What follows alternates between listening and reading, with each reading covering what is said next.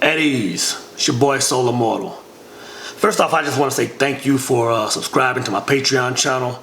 The support is going to go a long way. So to continue from the video on YouTube, you know, the guy told me that if I did exactly what he told me to do, that my financial situation will be completely different in 12 months, right? So this is the very first thing he said. He said, you have to understand that there are two types of people in this world. He said, you have those that are that have a consumer mentality, and then you have those that have a business mentality. And then he began to talk about those with the consumer mentality. He said, those with the consumer mindset, this is how you can tell who they are. He said, the consumer is in his best mood on payday. They get their check and they scarcely pay their bills by making the decision on what can be paid and what can't be paid until next pay period. After that, the consumer takes the remaining balance and factors in how many days are left until the next payday and governs themselves accordingly. They mentally factor in a couple of nights out on the town. They factor in the new shoes or the purse they want to impress their friends. And then they factor in gas and food. Now, days before payday, they begin to feel the burn. They have forced themselves to be limited to dollar menus and $5 gas tank fill-ups. About 48 hours before the direct deposit hits, they are in a bind. They are going to your payday loan sources, and they're getting loans at 700% interest. Now, they promise themselves that they're going to pay these loans off, but they never do. And after this, the cycle just continues and they go deeper and deeper in debt. Now, the consumer mindset is a sickness. You know, just like the kid that I talked about in the video, what the consumer is doing is looking through the glass. And all they're trying to do is imitate what they're seeing. Like I say, they're building and burning, building and burning. All they're doing is repeating the process over and over. And then he talked about those with the business mindset. And it was very simple. See, those with the business mindset are different.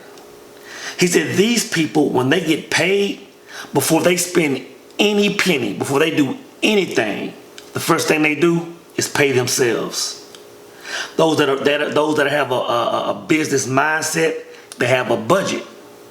Now, the budget is created by them, so it's as strict as they want it to be. And ultimately, those that have a business mindset look at their bank statement as a financial statement, as if like a business would, instead of just how much money I have left in the bank type mentality. And then he looked at me and he told me, you're a consumer. And he said, if you do exactly what I tell you, I'll change that. So I took the challenge. And then he gave me the 5 steps to changing my life around. Now, these 5 steps are broken into 2 parts. The first 3 steps are what I call a demolition stage. It's a complete breakdown.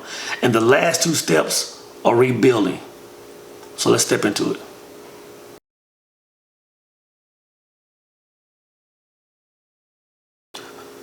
You ever been driving out of town and you think you're getting lost, so you cut your cell phone on, you type the address in, try to find your destination, and your phone throws this code back out at you, and then you realize that, dang, you know, I forgot to cut my my location services on.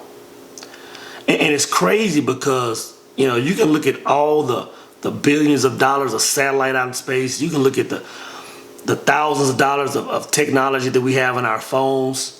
And these phones have the ability to put you within feet of any destination on this planet. But they can't do anything for you if they don't first know where you're at. And that's the way life is, you know. You know, we can talk about money all day. We can look at videos. We can read books. But you can't start unless you first know where you're at. You know what I mean? So the first step is admitting that you have a problem. See, I'd had some good jobs before that, man. I'd owned the home. I had several cars. I'd done a lot of things, spent a lot of money. But at the end of the day, guys, I didn't have anything in the bank to show for it. I had a problem. And I had to first admit that something was wrong. You know what I mean? And that's going to be the first step you have to do. You have to look at your life. You have to look at all the things you've done over the past few years, the money you've made, the money you've blown, the things that you purchased that were worthless. And you're going to have to admit before anything that there's a problem.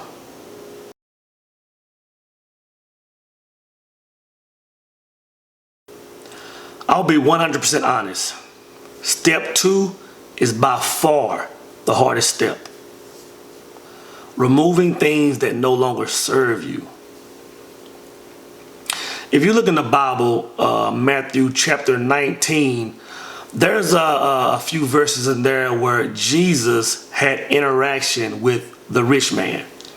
So the rich man came up to Jesus and the disciples, and he was like, how can I be perfect? In other words, how can I be down with you guys? And he went through all this stuff that he was doing. He said, you know what? I haven't killed anybody. I don't rob anybody.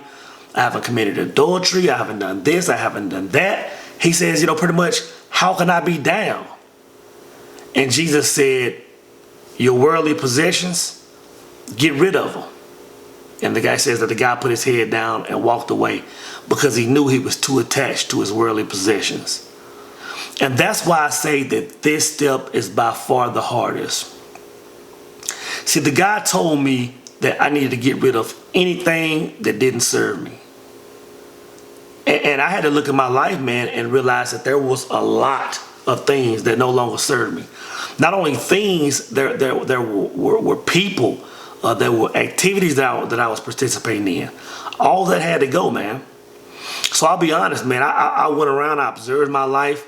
I looked at everything that I had. I looked at stuff that I was buying, stuff that I still was paying for. And I got rid of all that I got rid of. Man, I had watches that I was still paying for. Man, I was putting those on eBay. I got rid of everything, and I got my life. I took my life down to the nuts and bolts.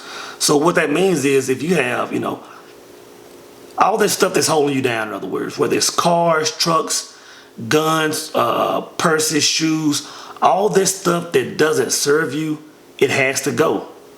Secondly, people.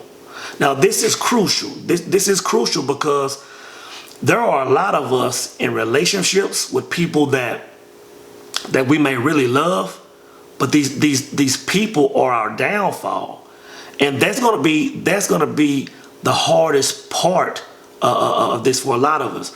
See, a lot of you are in relationships that ain't no good, but you're just so attached to that person.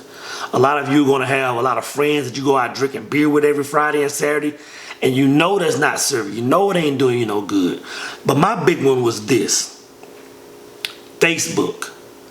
And this is why it was a must that I got off of Facebook. Because in my opinion, Facebook is poison. Because all Facebook is this. You have a bunch of friends that maybe you went to high school with, or people that you may have crossed paths with at some point in time. And in my opinion, Facebook is just a tool to just keep everybody down. And this is how I feel like it keeps everybody down. It keeps everybody looking over the fence to see what everybody else is doing. And I'm telling you, in order to get ahead in life, especially your finances, you have to be able to live life with the blinders on. You can't have anything to do. You can't care what anybody else is doing. And that's why, in my opinion, Facebook has to go. It has to go. And what I had to do, man, I had to isolate myself. Like I said, I was living downtown, man, had a nice apartment, high rise, beautiful view around a lot of nice restaurants. What I knew it was going to be a struggle, man, for me to keep my mind right. So I had to even release that, man, and move out to the suburbs, man. I moved out to a place that was quiet, very few people, just so I could be to myself, man, and really focus on the things that I wanted in life. So that's step number 2, removing all things that no longer serve you. And this, again, is by far the most difficult stage.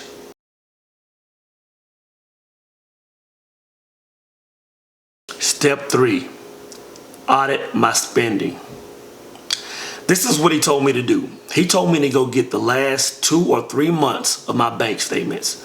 And he told me he wanted me to go down line for line and highlight any expense that wasn't a bill.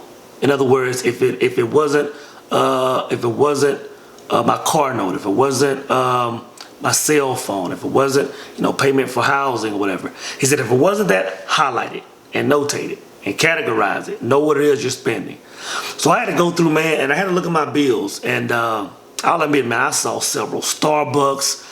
I saw things that I could trim off, like I was going to churches, on restaurants all the time. During the time I was just getting out of dating, man. So I saw several hundreds of dollars, man, over a period of time that I would spend on dates and dinners and movies and flowers or whatnot. I even identified issues like AT&T cable. Man, I was paying like $230 a month for AT&T cable, man. So I identified that as something that I didn't need. So he told me to take all of that, figure out what I was spending per month in bills, figure out what I was spending per month in just other expenses, and he told me to create a budget. He said, you look at how much you make, you look at how much your bills are, you know how much you need for gas and food, make you a budget. So that's what I did. So that's step 3, auditing your spending. And that's the last stage of the demolition phase.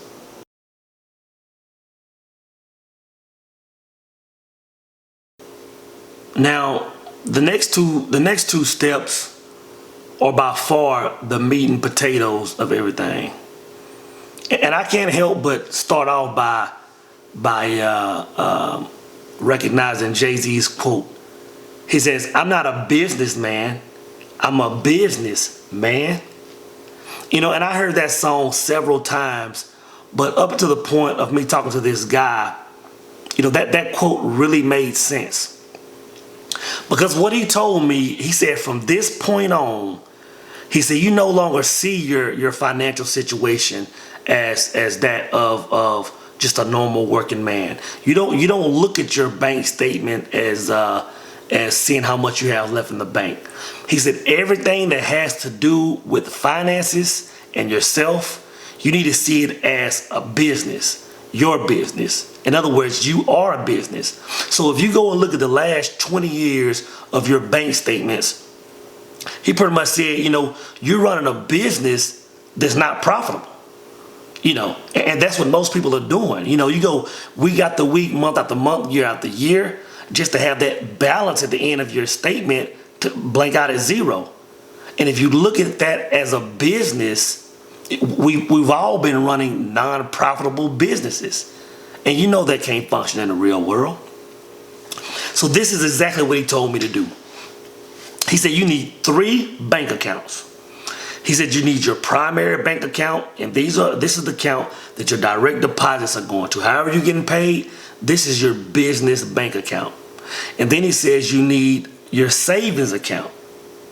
And then he says you need one more checking account, and this is going to be for your daily spending. Now, he told me this. He says you have your budget. It's already lined out, so you know what everything costs. He said this is what you need to do when you get paid. He said the first thing you do when you get paid is take 10% of your pay and put it in your savings. He said, I don't care what bill is due. I don't care if somebody's knocking on your door. I don't care what phone calls are coming in, what letters are coming in, if bills are late. He said 10%, regardless of anything, goes into saving. Now the good thing is, if you've been living on, let's say 99% of your money's capacity, once you get to the point, like in the last step, once you eliminate a lot of that waste, it's going to create a little cushion.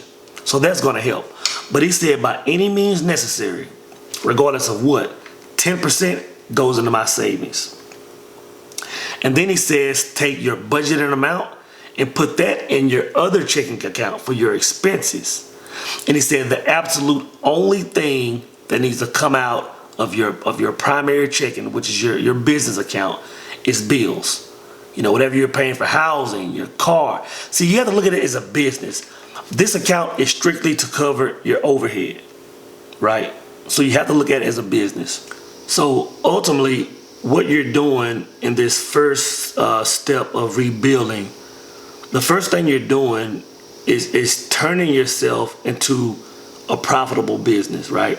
So by taking your expenses out and putting that in a completely separate spending account, by first paying yourself by taking a minimum of 10% and putting that into savings, what you're doing is you're making room for your business, your main business account to grow. So after all said and done, after each pay period, there's going to be amount left in your business account. That's your profit. That's your business. And what you're going to see in a very, very short amount of period of time, you're going to see that bank account just begin to grow. You're going to see your savings account begin to grow. Now, this is when things begin to get a little bit exciting. Because see, there are going to be some things that take place. 2 things to be exact. And the first thing is this. See, there are a lot of spiritual laws surrounding money, right? There are a lot of things that very few people talk about. Now, you can call this law of attraction, you can call it whatever you want, but I like to refer to a book called The Richest Man in Babylon. Now, if you've never read this book, it's a must you get, because what this book talks about is the 5 laws of gold. Now, I've read several financial books. I've read Kiyosaki's Rich Dad, Poor Dad. I've read Napoleon Hill's Think and Grow Rich. I've read The Science of Getting Rich. But by far, The Richest Man in Babylon is the most accurate, the most simple breakdown of money and how money works and how to multiply your money. So it talks about the 5 laws of gold. And the first law of gold is this. It says, gold cometh gladly in increasing quantity to any man who will put by not less than 1/10 of his earnings to create an estate for his future and that of his family. Like I said, man, I don't know if you call it the law of attraction. I don't know what you call it. But there are definitely some spiritual things that take place once a person makes a decision and begins to place action toward changing his financial situation. Once you start putting that 10% to the side, you will find that money, like I said, money will be coming increasingly. You know, I noticed my expenses were just shrinking. You know, I had the ability, as my business account grew, I had the ability to pay several bills off. It was just like the universe was working in my favor, just like the information I read it said. I mean, initially, you know, when I was in the initial stages before I even talked to the guy, I was pretty much at a max capacity for my money. You know, I was pretty much running on 100% of what my funds, of the funds that I brought in. I slowly saw my situation get down to 90%, where I was living on 90% of my income. It slowly went to 80%, then 70%.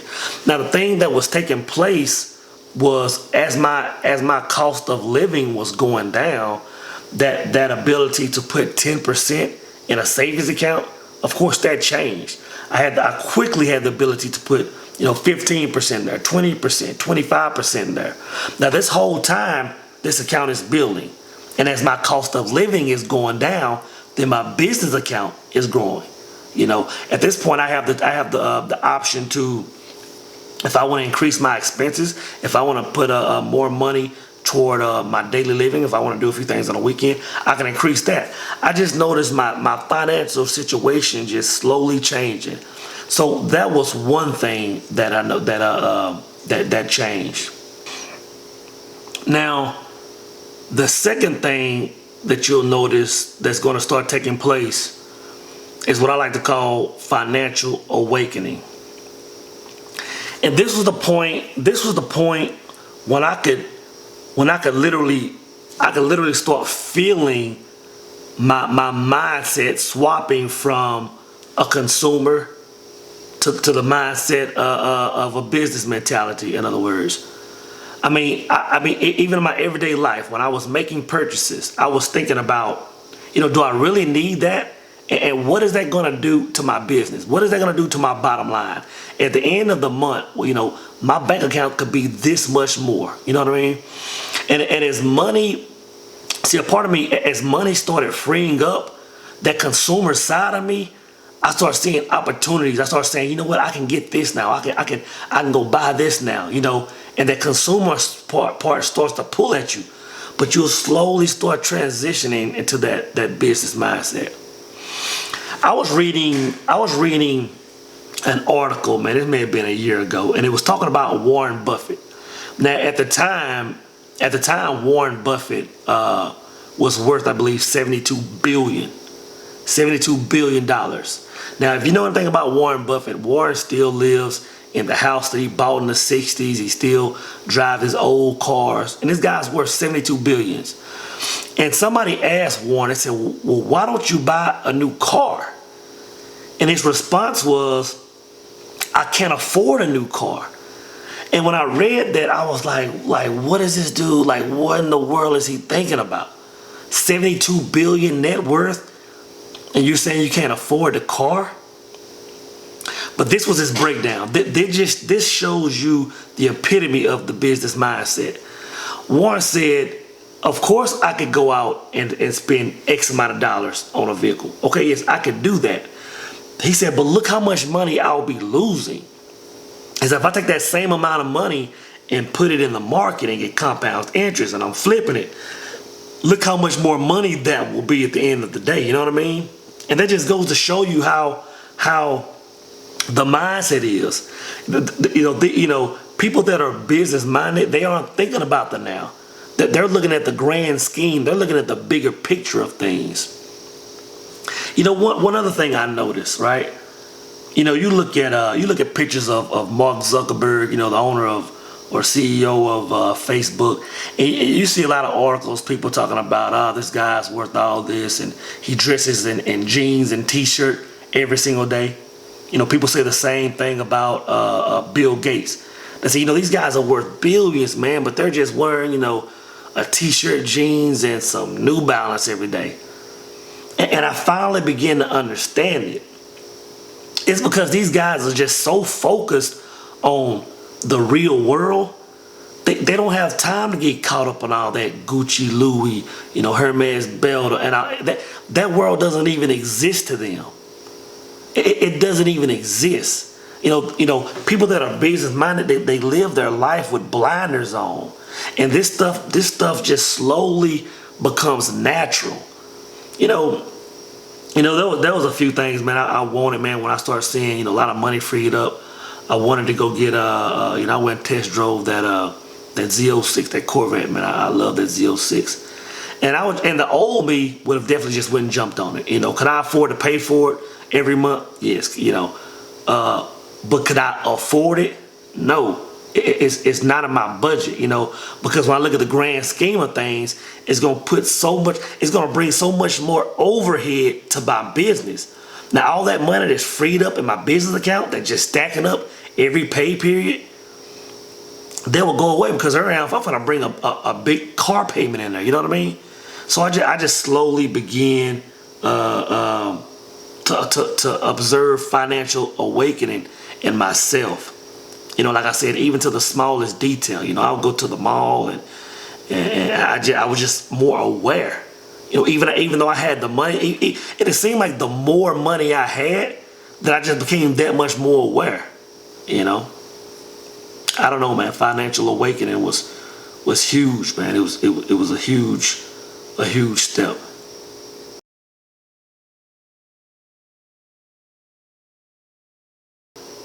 Now, we've talked about the business account. We've talked about how this is only to cover your overhead or your bills, and that's how this account is going to be growing, right?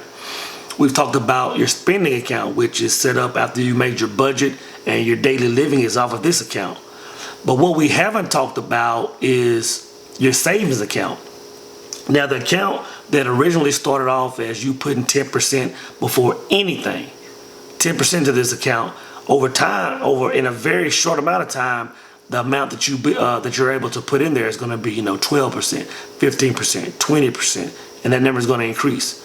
But we still haven't talked about what's the goal of this account, because surely this account is not made to just stack money up and let it sit there, because the interest that you receive on savings accounts nowadays is pennies compared to what it used to be back in the days. So the purpose of this account is for investing.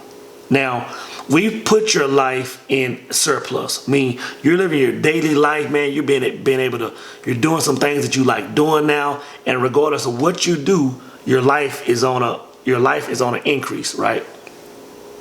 Let's say your business or your life is a vehicle, right? And the way we've set your business up is, like I said, we put you in surplus. So your vehicle is going to run like a well-oiled machine. Adding investing to your vehicle is going to be the equivalent of adding a supercharger to a vehicle, adding K&N air filter, adding Bowler exhaust, adding a few chips. It's going to catapult your life, man, well beyond what you can imagine. Now, before we go even deeper, it's important that I refer back to the book, The Richest Man in Babylon, because I spoke about the 5 laws of gold, and there are some laws pertaining to investing that we really need to look into before we go any further. Those laws of gold are this. Number 2, gold laboreth diligently and contentedly for the wise owner who finds it profitable employment, multiplying even as the flocks of the field. In other words, what that's saying is any man that puts his funds to work in a smart manner, that he's going to make money.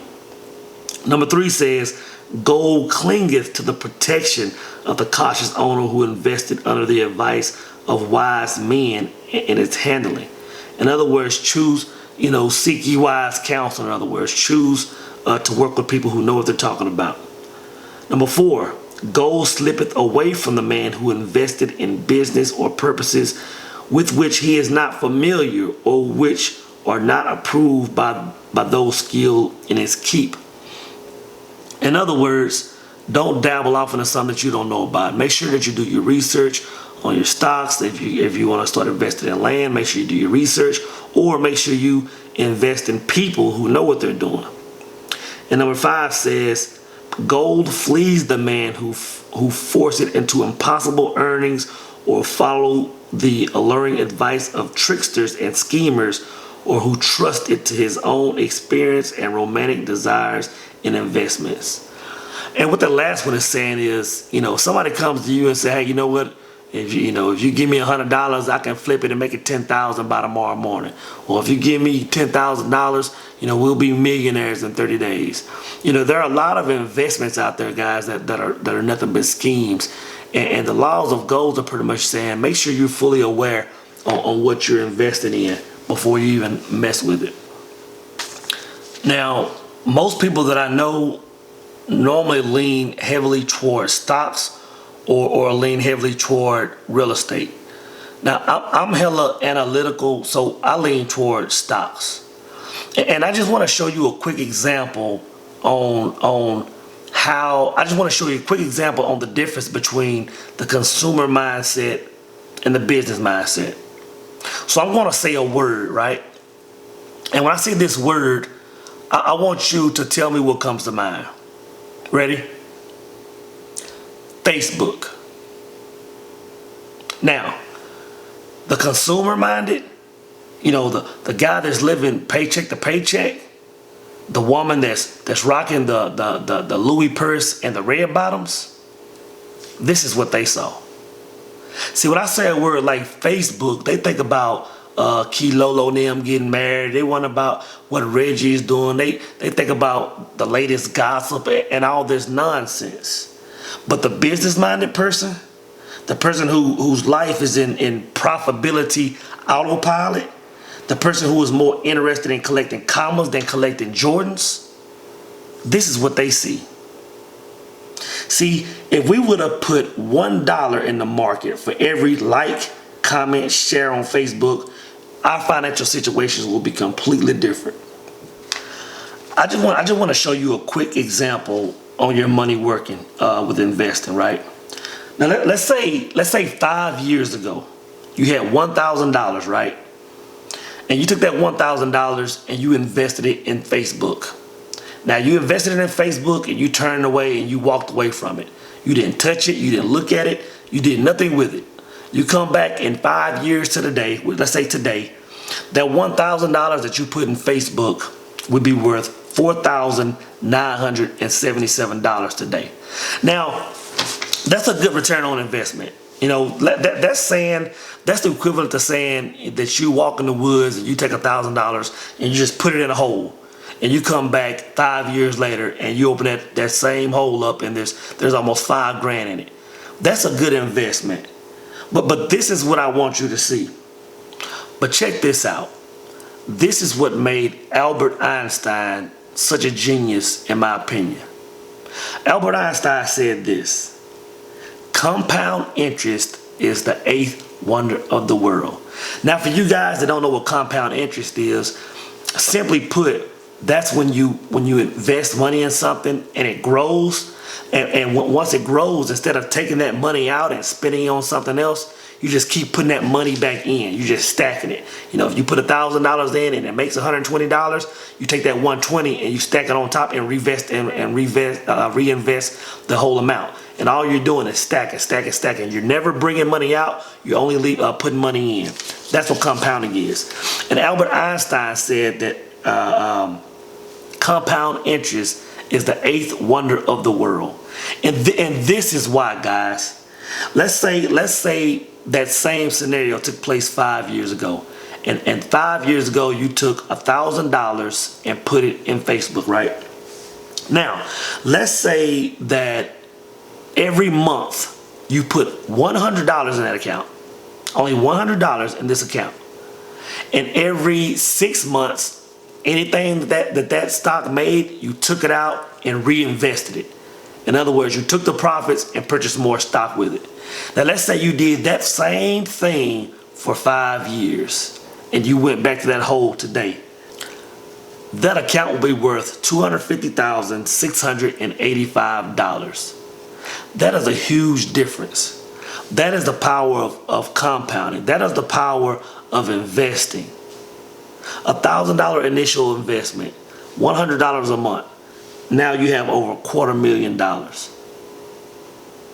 See, man, going back to the scenario that I had on the YouTube video, you know, in a nutshell, what I'm telling you, this is the same thing that the lady was telling her son when he was trying to put the blocks together. You know, none of us just really knew how money worked. But once you learn how to stack the blocks, I'm telling you, your money will increase at an exponential rate. Your mindset will begin to transform from that of a consumer to that of a business-minded person. You know, I think to this point, man, I'm just slowly getting my cost of living down and raising my profitability. You know, and I'm thankful that I'm in a job that I love doing. But I'll be honest, you know, it's only a small number of years that I'll still be in the workforce. I mean, all I have to do is wash, rinse, and repeat in a short amount of time, in a number of years, I'll be able to step away from the workforce and start several other businesses and be on my own. And that's really the name of the game. That's really what we need to all be working toward. You know. I hope this video helped you, man. If you have any questions, please feel free to reach out. If I need to recover something or discuss something further, just let me know. And if you feel like this video helped you, leave a comment. I'll really appreciate you leaving a comment on the YouTube page, so the people that are watching it knows that this is some valuable information that they can tap into. And again, I thank you for signing up to be a patron. I really appreciate it, and it will help me put out content that I feel is valuable information to you. Again, I thank you. It's your boy Soul Immortal, and I'm out.